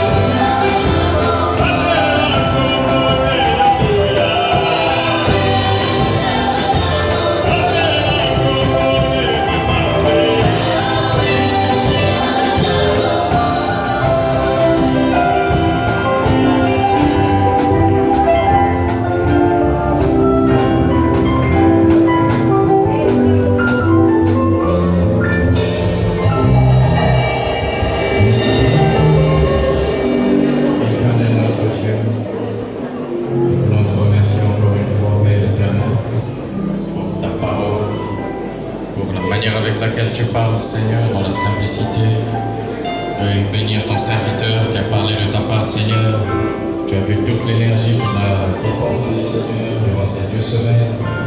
Puisses-tu le remplir, le fortifier, Seigneur, l'élever dans les dimensions encore les plus élevées pour qu'il marche avec toi et qu'il soit une bénédiction pour les jours à venir. Seigneur, bénis son épouse, bénis son foyer, fortifie-les, Seigneur, et accorde selon le désir de leur cœur. Seigneur, nous voulons prier pour notre pasteur aussi, le recommander entre tes mains, Seigneur, bénir son épouse et ses enfants, Seigneur, fortifie-le pendant ce temps de repos, et nous voulons nous souvenir de chaque frère ici, de chaque sœur qui a un besoin dans son cœur, qui a une requête, Père éternel, que la foi qui soulève les montagnes, que la foi, oh Dieu, qui va au-delà des dimensions, Seigneur, qui transperce les difficultés, qui change les circonstances, que cette foi se lève dans le cœur de mon frère, dans le cœur de ma sœur, dans le cœur de chaque personne ici, Seigneur, que la foi, oh Dieu, qui vient de toi, la foi de Dieu qui vient par le Saint-Esprit, s'élève, Seigneur, au milieu de ton peuple pour saisir chaque bénédiction, pour prendre possession de son territoire. Nous voulons nous lever ce matin comme un peuple de vainqueurs qui ne craint pas, qui n'a pas peur, mais qui marche avec le courage, car tu ne nous as pas donné un esprit de tiédeur, ni un esprit de peur, mais un esprit de courage.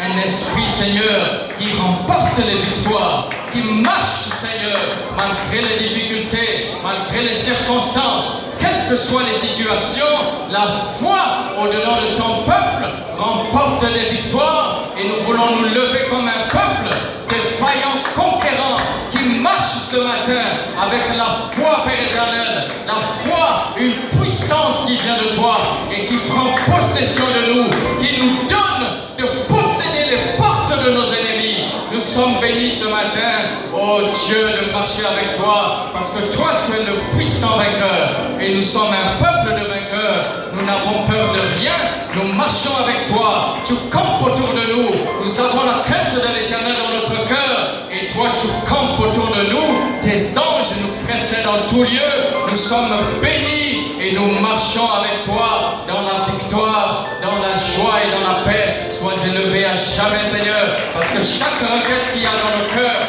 ont déjà été exaucées, parce que toi, tu regardes les intentions de notre cœur. Avant que nous ouvrons la bouche, tu connais notre besoin. Et ta parole dit, Seigneur, que nous ne devons même pas nous soucier de quoi nous devons manger, de quoi nous devons nous vêtir, ou même nous devons poser notre dette, parce que tu prends possession de nous et tu prends soin des moindres besoins de ton peuple. Seigneur, nous voulons marcher ici en croyant que tu nous as déjà exaucés, et nous te bénissons. Nous élevons nos mains en signe de louange pour t'acclamer, parce que tu es digne de louange et de gloire, et tu marches au milieu de la louange.